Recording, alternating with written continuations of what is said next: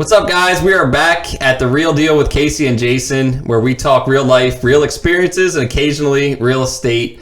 And today we have a special guest here that I will let her introduce herself, and then I'm going to put you immediately on the spot.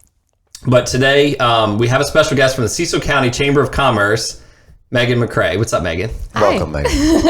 Thank you. Thanks for having me. Sure. So when we started this idea of a podcast, we wanted to keep it like local. That was kind of our thing. Like we will go worldwide eventually with it, but just to start, to start, we were like, let's keep this thing local because that's, me and Jason are like so in line with that. Like we love the community. We're both from Earlville, Cecil County. We both, work here. All of our customers for the most part are in this area. So just a really fitting guest to have on. So Cecil County Chamber of Commerce, which is a new position for you. Yep. First question before we get started. Have you listened to all 6 episodes of The Real Deal with Casey and Jason? I have not. I listened to, the one that I've listened to in full was the one when you guys discussed alcohol. Very cool. Which was great. I did try to listen to the first one, and I'm going to throw out the complaint that I couldn't listen to it. I know. And there wasn't like, hey, find it here till later. So we literally just posted it, and then we were like, scratch that. We're going to start a new channel, but we're not going to tell anyone. I know. Yeah, so we put everything. Wait, what happened? Yeah. But it's up there now, so you can go back and watch now. All right. Yep. Yeah. And the alcohol podcast we did by far has the most views. Yeah. Extremely popular, which is awesome. Yeah. I think it's such a great topic to tackle, especially just in our adult lives and kind of where we're at. So. Yep. But very fitting. I'll put you on the spot about that one later too. That'll be our new question that we ask every guest. Yeah. How do you feel about dry January? And this is which I did, by the way. You did? Dry January? I did dry. Yeah, same. Awesome. Actually, Christmas. Okay. I had something with dinner, and then that was it. Nice. Very cool. Yeah. How do you after a month of doing that? How did you feel? Fairly normal. Just because I try to not overindulge. That's where I am. That's where I could totally easily be. If I have 1 glass, I can have 3. So I just really try to monitor that. But I want to do it because of actually the new job, which I know we're going to talk about. Oh yeah, awesome. So that was kind of my motivation. I didn't even realize dry January was a thing, to be honest. And then I heard other people doing it. So I was like, sure, that's what I'm doing. You're like 10 days in. Like, I'm doing it. Yeah. I'm doing dry January. I'm on board with that. So that's awesome.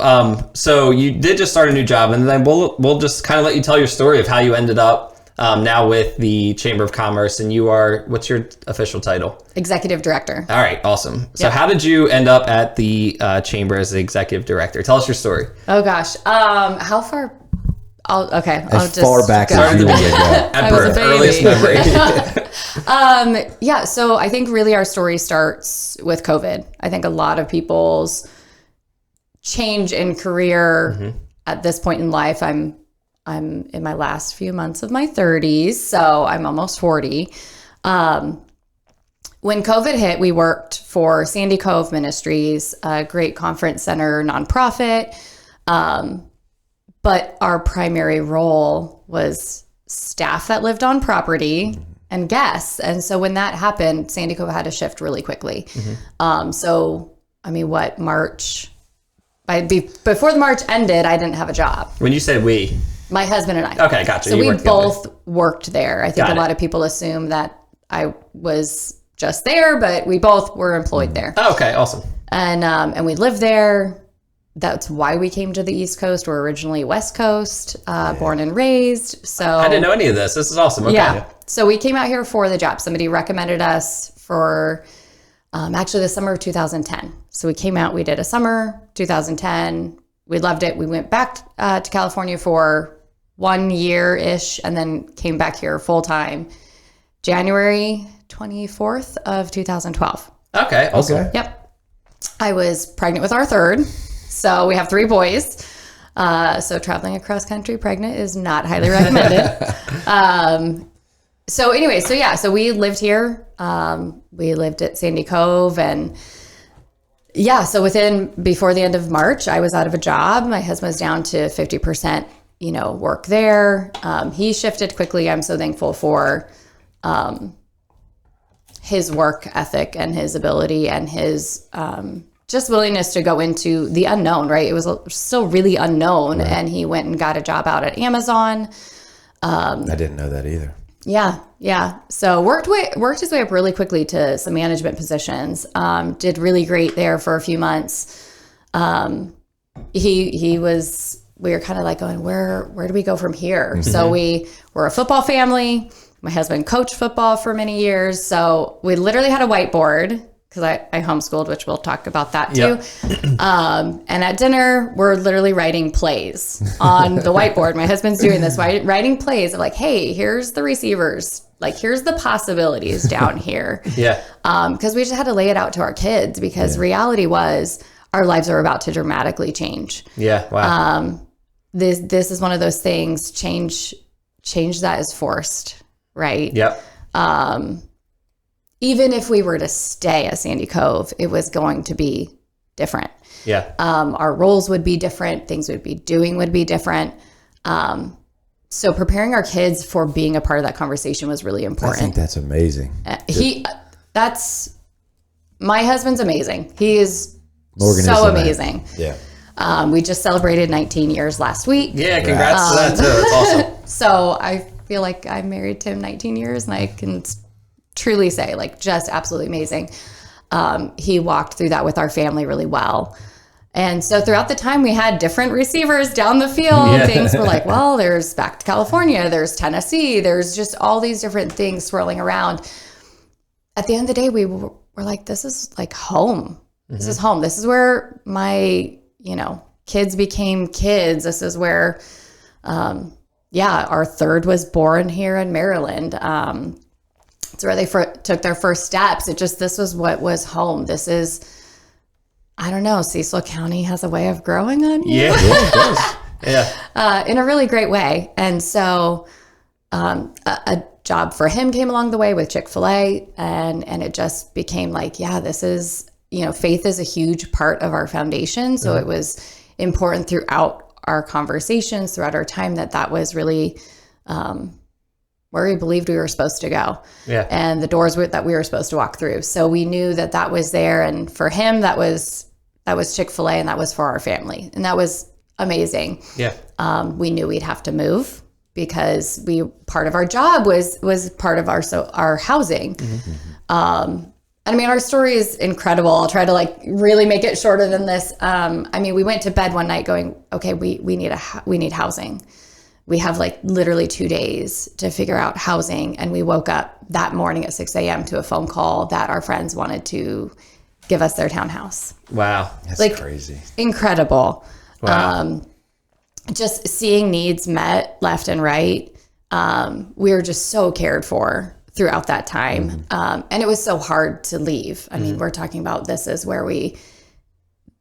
wasn't a marriage we wanted to end when it was, that we always described it as this is a marriage to us. Mm-hmm. We wanted to be at Sandy Cove as long as we possibly could. And we also wanted to leave when it was the right time.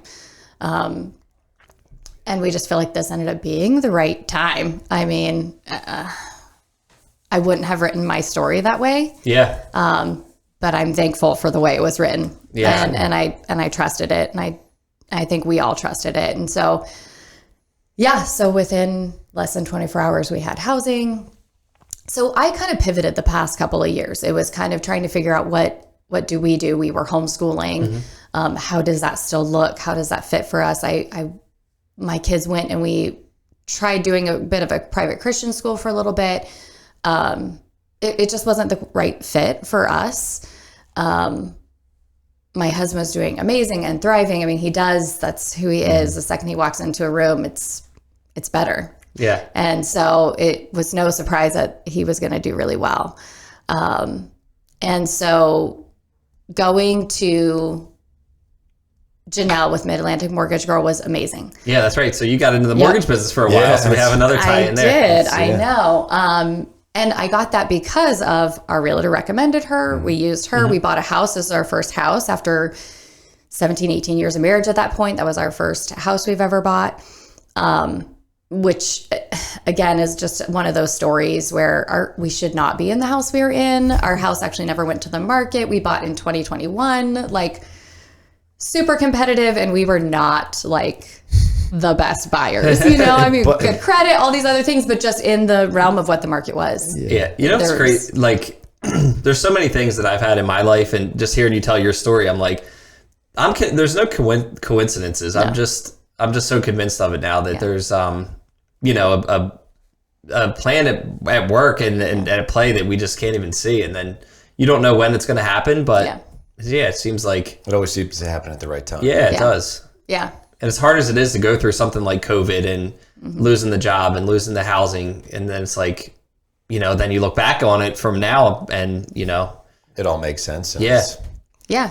It's scary going through it. Oh, I mean, it's, I think we have a peace because we have our faith in something. And so I think that I trust the outcome no matter what it is, even in the times when it's like, oh, this is painful.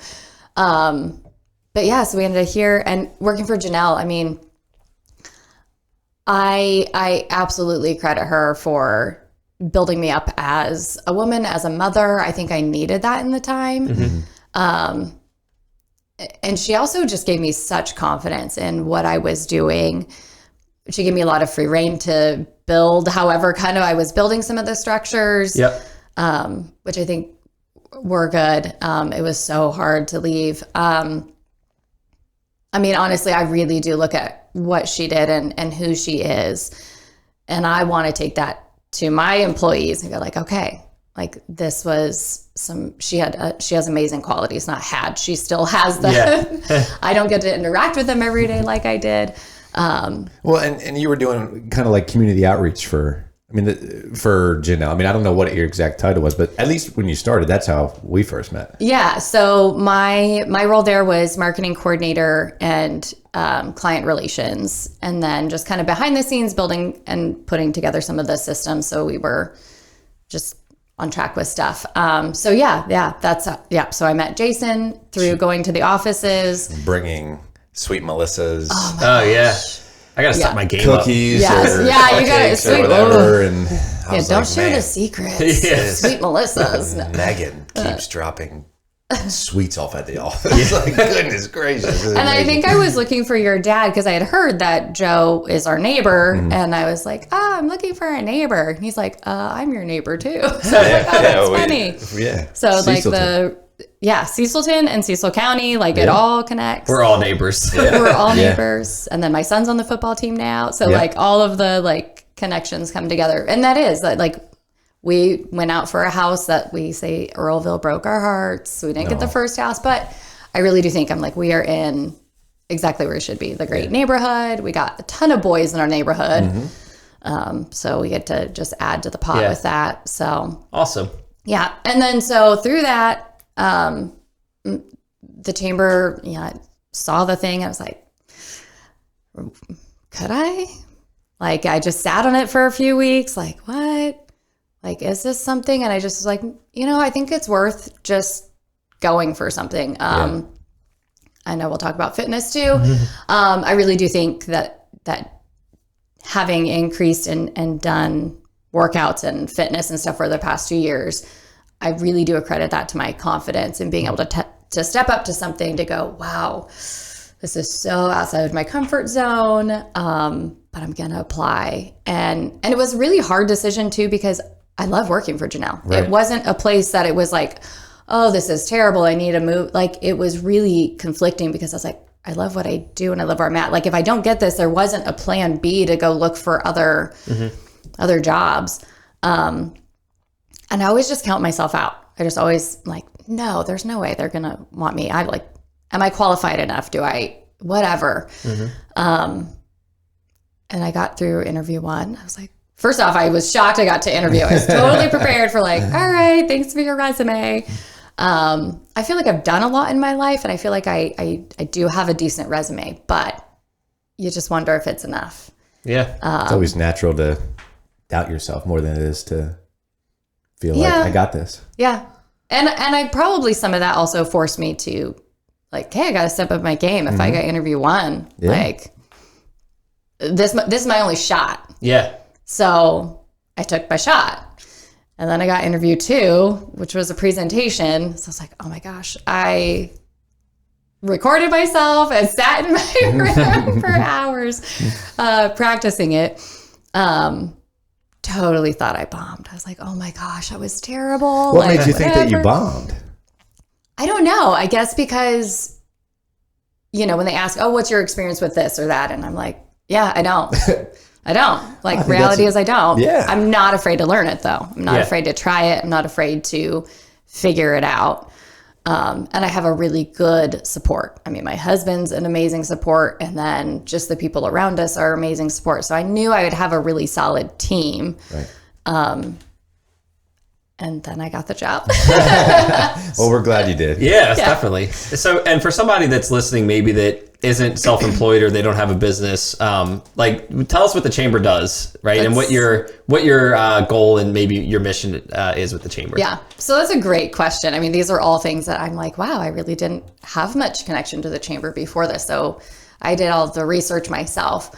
I think there's behind the scene things that the chamber does. So the chamber does, I believe Cecil County does a really good job. Our government relations committee is phenomenal.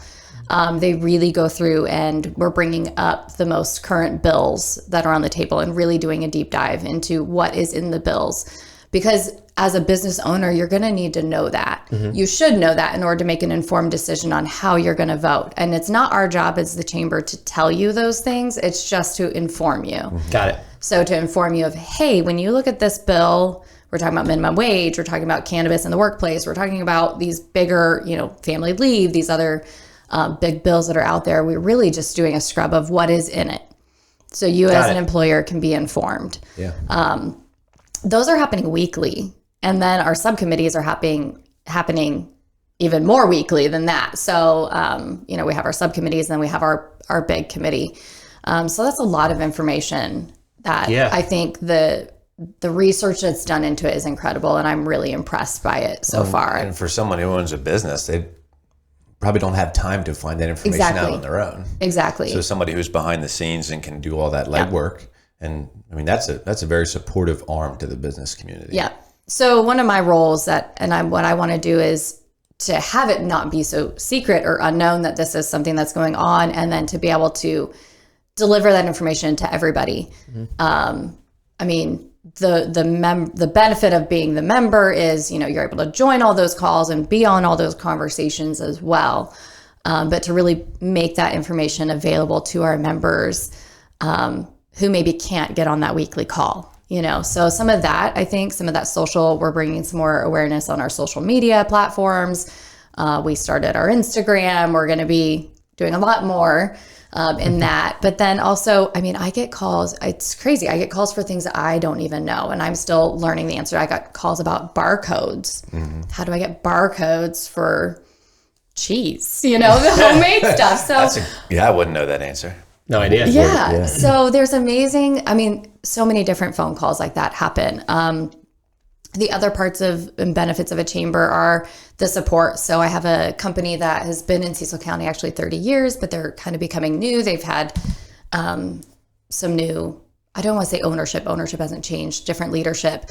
And they're at a place where they're really exploding. And they're like, we need help. Who do we go to? So really contacting Bridget Peters, who's, our economic development with our companies and our businesses. So it's really connecting them with the right people. Yeah.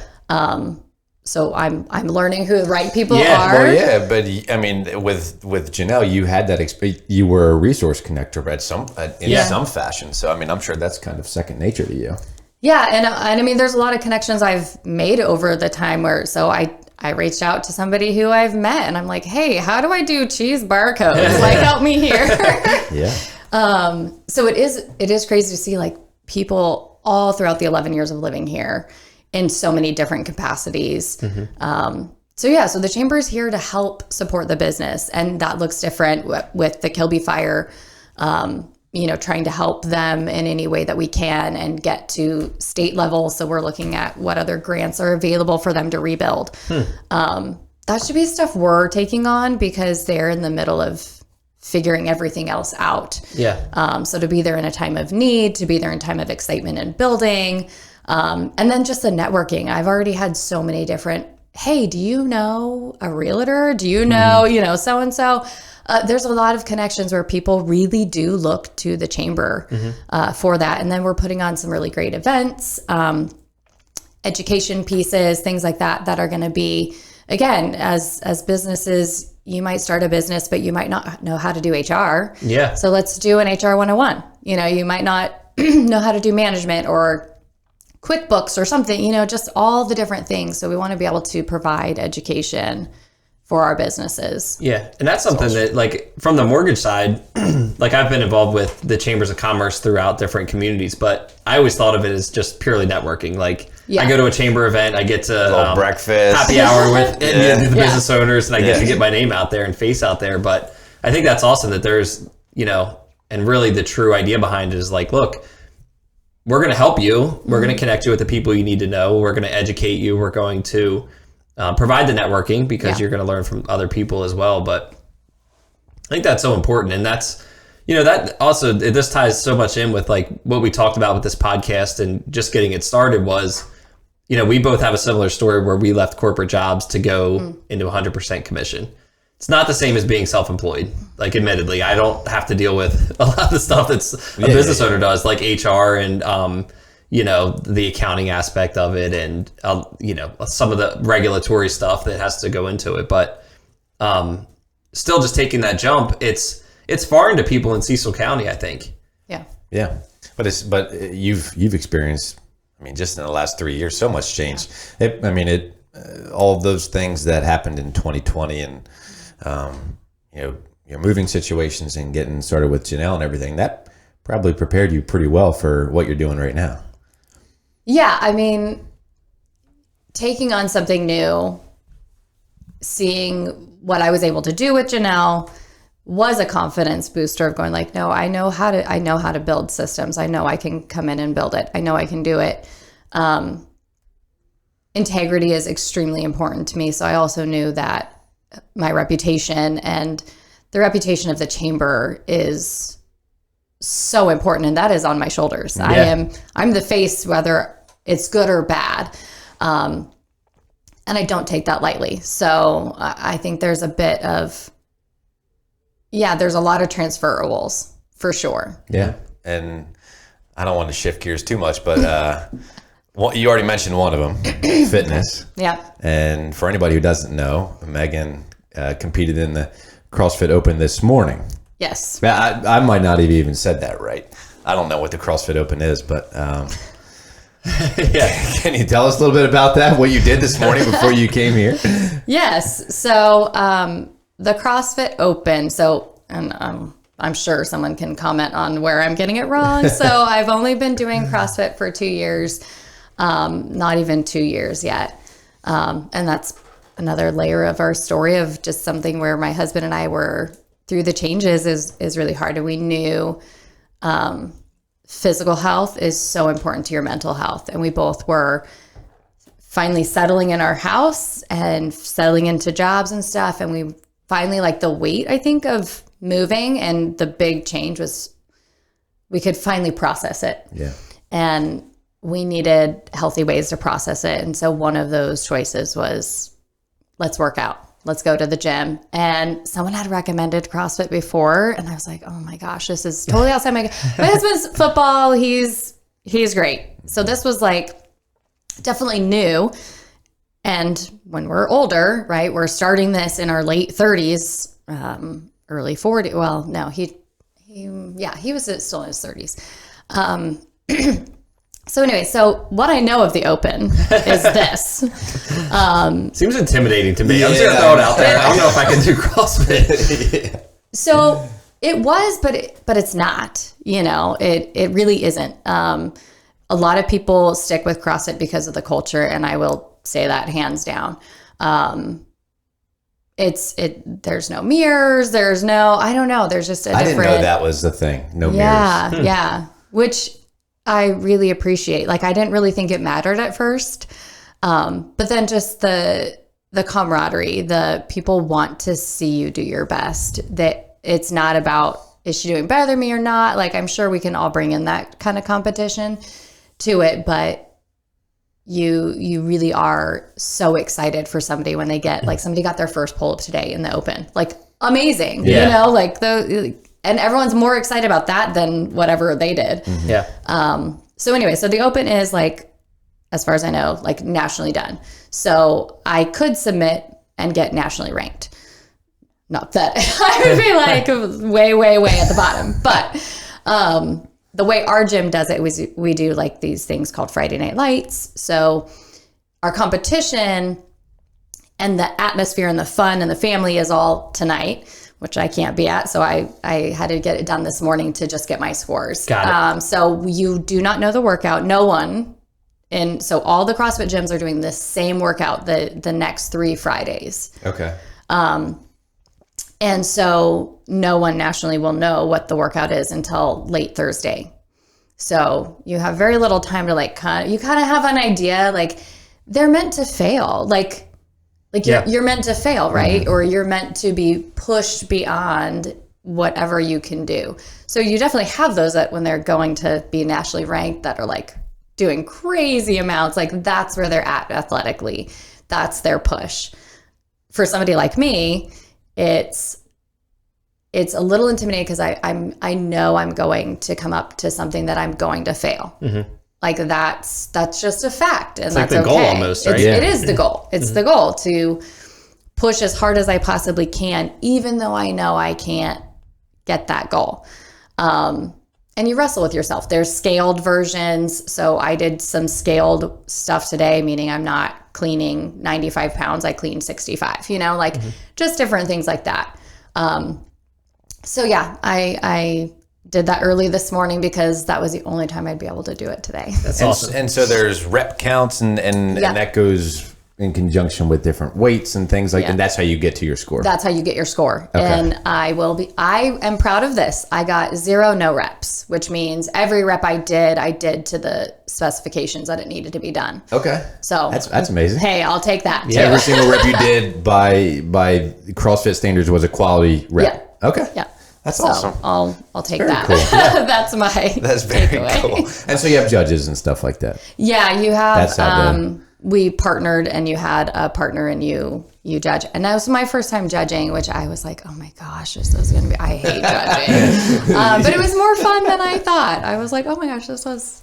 Maybe I did judge last year. I think I did do one last year, but it was more fun than I thought. That's great. Okay, because you get to cheer somebody on too as they're doing their reps. In the middle of their pain and suffering. Well, thanks for showing up here after you. Yeah, of course. Put your body through that and your mind through that. I did a super light day this morning. I didn't do hardly anything, so I feel like I need to make up some reps just to keep up. Yeah. No, not at all. I think that's pretty cool though too, that to have like failure as the goal, but you have to go as hard as you can to get there. Yeah. That's I forget what I was just listening to. But they were talking about that. Like, are you willing to push as hard as you can, knowing that there might not even be a finish line? Yeah. I think that's why, there's something about it, like working out in the morning and just putting yourself through something. You put yourself through something tough. It's like it just opens up a whole nother side of your mental, strength or grit or whatever you want to call it. Yeah, it just seems to be a microcosm of what we all experience at some point in another level of life. And like you said, that seems to be why it's so transferable. You're going to put yourself through something really difficult. It's going to suck. Yeah. And then you'll probably feel better, and hopefully you can take something from that into areas in your life where you might be facing, some really uncomfortable change. Yeah. Yep. I want to go into something. This is kind of selfish for me because we homeschool our kids, and I know you just kind of got. So you have 3 boys. Yep. And they all just entered public school. Yep. After homeschooling how long did you homeschool your kids? How old are they? My oldest is a freshman. Okay. So we put them in public school the very tail end of last year. Okay. Primarily, at first we actually did just put our oldest in because he wanted to do football as well. Got it. Yep. And Jason coached your son in football. Super strong. Which is awesome. Great kid. Yeah. It actually, and that's another thing. Our son did CrossFit with us, our oldest, and that was a huge confidence booster for him coming into public school. Mm-hmm. I would say that was probably an instrumental piece for him because he felt so unknown in everything else. But when he went to the weight room, he knew it. So that's where like his confidence had to come from, was like, oh, I know I can do this. I know this. It was the one place where he felt like he was at home a little bit. So he's a freshman. So up until 8th grade of, March or February, whatever month we put him in. And that's like the biggest thing.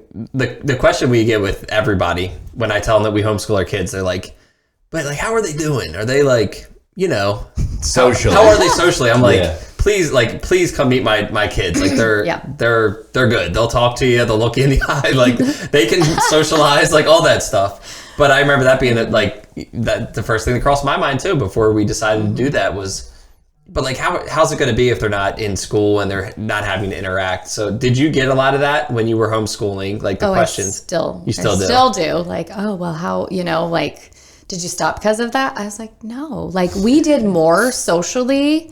Yeah. And I don't think people understand. I think the difference is, and I would say this is the biggest difference, and my kids do struggle with this, is they're not used to just being peers. They're used to, when you're at co-op, your class is going to contain boys, girls, and different ages and different skill levels. And it's like you're just used to functioning as a big family all the time. Yeah. So when we do field days, the kids are all out there playing football. So if you're a girl who's 5 and wanting to play football, you're with the high school boys, and they'll pick you up and they'll run you. Like they're just kind of used to those things. So I think the biggest challenge has been, how do I just relate just to my peers? Because they're so used to all different age groups. And my friends who homeschool, they all still homeschool. I'm the only one who doesn't. I think I'm the only working mom too in that group. Yeah. They're phenomenal. We get together, but there's 30 kids. They're all different ages, and they all play all that. I mean, like there's so many times I'm like, oh my gosh, I didn't even see you yet today. Like you were just off running and, football Sunday, that kind of stuff. So awesome. That is a hard transition to go from, I can be talking to a college age kid to playing with a 5-year-old to this all day long to you are just with your age group. Yeah. And as someone who doesn't have kids and thinks of homeschooling, I just think you sit in your house all day long and they're reading books, and if they're doing an activity, they're off on their own, and it's something, maybe they're in the basement playing or something like that. I didn't think of it as, wow, they might be exposed to, groups of 30 kids where there's 5-year-olds and 15. I never thought of that. Yeah. My boys are really great with kids. Yeah. Like most people get shocked that I have a 15-year-old big boy, 6 foot, like he's a big guy. That can get down and just sit and play Legos with a little kid. Yeah. But that's what we did for so long. That's what I think one of the benefits socially. Yeah. That I see. Yeah. That's awesome. Sense. Yeah, we're involved with like some of the co-op groups in Cecil County, and I'd like the real life experience that they get. Just personally, like my daughter had a bake sale. They put the co-op on, and like she got to bake something, and then she got to make labels for it and a sign for her table, and she did like a bake sale. Yeah. And I'm like, man, literally she could take that experience and create a business. It's funny because I posted it on Facebook, and everyone's like, where can I order some cake pops, right? So I'm like, Claire, if you want to sell these, like you can make your own little business out of this, and I can teach you how to market it, and we can price them and figure out how much profit you're making and how much all that. But I don't think the kids in school, maybe they do, but I don't think they necessarily get that same experience. So I really value that real world kind of experiences they get to have outside of school. And if she needed barcodes, she could have. I will. If you needed some barcodes for cheese, I'll let you know. For cake pops, Cake pop barcodes. I think there's definitely benefit for both. We never thought we would homeschool. We were both public school raised. Like that was never a thing until it just was. It worked with our schedule, with our old jobs and stuff. So I love, to this day, my middle son, he is a cook. He will cook. My kids do everything. My kids do their own laundry. My kids do their own beds. I don't know what I do for my kids. I mean, that might sound, I'm also not a cleaver wife of hey, I'm going to have dinner. No, I don't cook dinner. I hate dinner. I don't cook dinner. So it's fend for yourself, and my kids are great. I'm like, I will provide the food for you. We spend time. I think that's the other thing too. I think we learned we spend family time different when you homeschool and you're with your kids all the time. Yeah. Sitting down to dinner is a different thing. So I think still to this day, we work out with our kids. We do other things at our family time. So dinner is not. So my middle son actually cooks dinner. That's awesome. Several nights a week. For the whole family? For the family. Yeah, love that. We did burgers last night. That's awesome. Yeah, Claire likes to cook too, so she'll cook every once in a while. Yeah, there's time for different skills, but then there's really other great things that, they're doing in public school. I've been really pleased with the school that we're in. And yeah, I mean, transition and change is hard no matter how old you are and how big that change might be. Yeah, that's awesome. Thank you for sharing the experience there. Is there anything else you wanted to cover, Jason? Anything specific? I don't think so. I mean, happy to keep rolling, but I don't have we can definitely keep rolling. Yeah. Anything else in the chamber that pops to mind that you're like, you want to get out there? I think of the chamber and your job there is kind of like you're starting your own business, right? You're supporting businesses, but you're kind of also a business in itself that like you have to market your business. There's a sales aspect. So I guess one, like how do people get involved with the chamber? Like if somebody is out there starting a business, I just met actually a guy from my neighborhood that I grew up in that's a little bit younger than us that he just started a business as a boat mechanic. Yeah. So I got to meet him. I'm like, this is awesome. Like it's another, younger guy our age that's like, stepping out of the corporate world, at least to some degree, to start his own business. But how do people find the chamber and then? Yeah. So you can go, online, Google Cecil County Chamber of Commerce. Easy enough. Easy enough. There's a join button, join, fill out the application. And the fees are all different. It depends on, do you want a partnership with us? And that comes with different benefits. That comes with obviously a higher yearly cost. But then it's down to, somebody with 1 to 3 employees, because usually that's going to be a different price point. Yep. So depending on what membership you want, and obviously it can always be changed at any time, you can start there.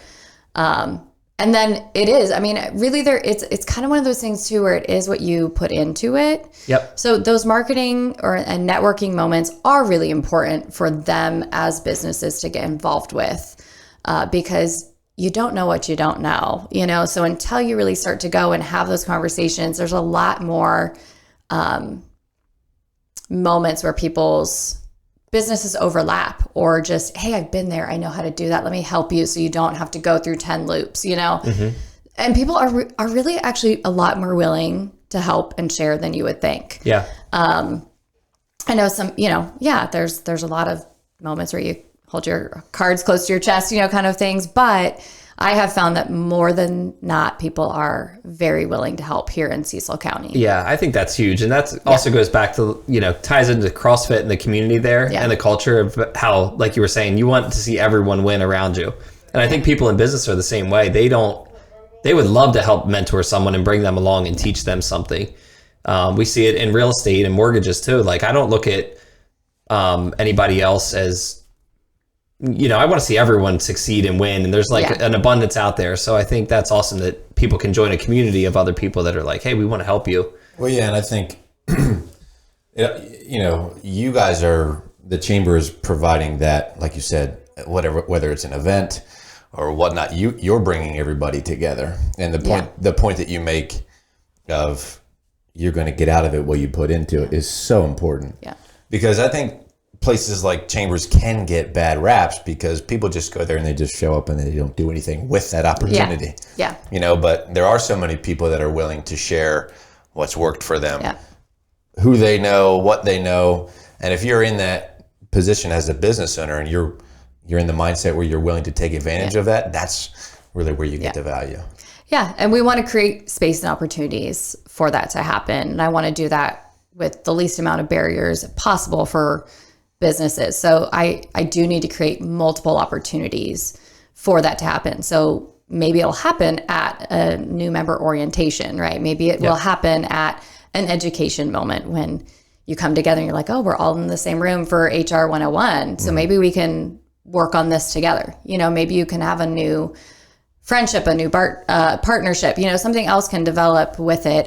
You know, there's several of us that are new to Cecil County executive director positions. So we're starting our own like roundtable moment of like, hey, let's come together. Let's try to figure out this together as we go through. So you don't have to go through something that maybe I've already gone through. Yeah.